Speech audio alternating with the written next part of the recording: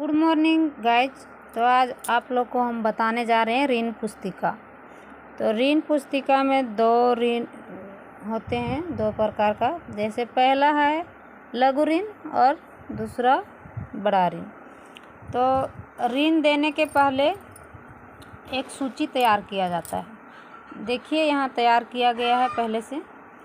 तो यहाँ क्रम संख्या में क्रमांक डालना है, सीरियल नंबर, और सदस्य का नाम में सदस्य का नाम लिखना है। उसके बाद पति का नाम में पति या पिता का नाम लिखना है। उसके बाद यहाँ वितरित पृष्ठ संख्या। तो यहाँ क्या करना है, जितना पेज हमारा है पुस्तक में, ऋण पुस्तक में, उसमें हम पहले ऋण पुस्तक को पेज नंबरिंग करेंगे। उसके बाद से जितना दीदी है उतना में डिवाइड करेंगे और उतना उतना पेज बांटेंगे। ठीक है। अब है, देखिए आप लोग को लघु ऋण बता रहे हैं। देखिए सबसे पहले यहाँ जब भी लघु ऋण देंगे कोई भी दीदी को, तो यहाँ लिखा हुआ है सदस्यों का नाम। तो सदस्य का नाम लिखेंगे यहाँ।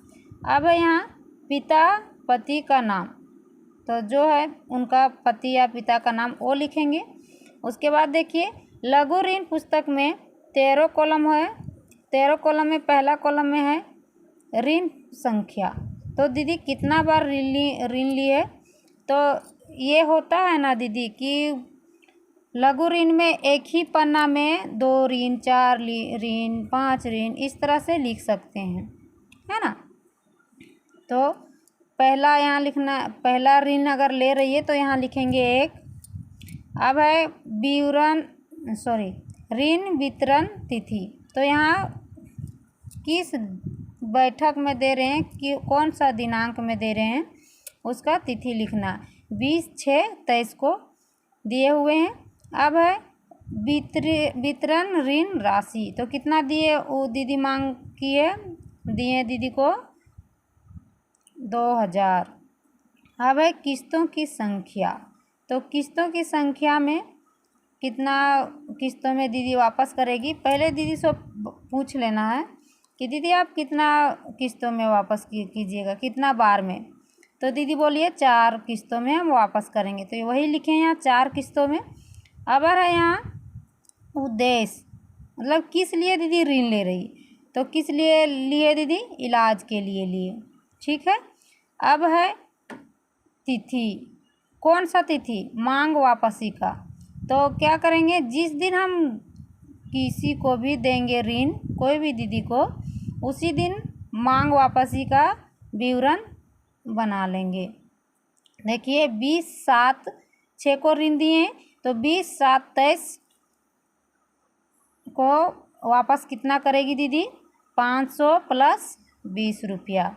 अब यहाँ क्या है कि इस महीना दीदी ऋण दी है, तो ये कॉलम बता रहा है वापसी विवरण। इसमें 3 कॉलम है, तिथि, किस्त राशि और ब्याज।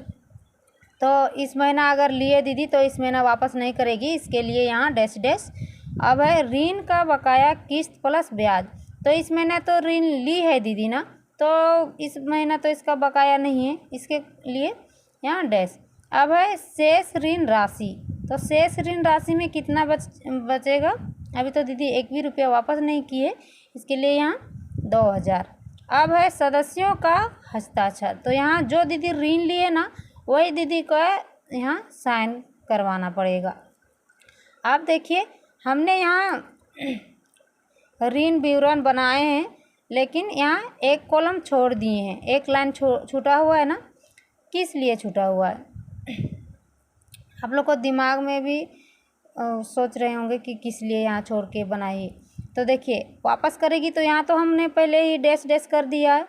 तो अब वापस करेगी तो लिखेंगे कहाँ, अगर एक लाइन छोड़ेंगे नहीं तो, इसके लिए यहाँ एक लाइन छोड़ना है। ठीक है।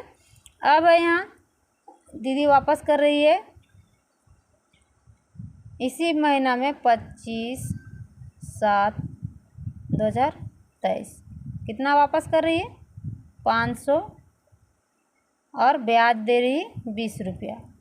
उसके बाद यहाँ कुछ बकाया रहा नहीं ना, तो यहाँ लिखेंगे डैश।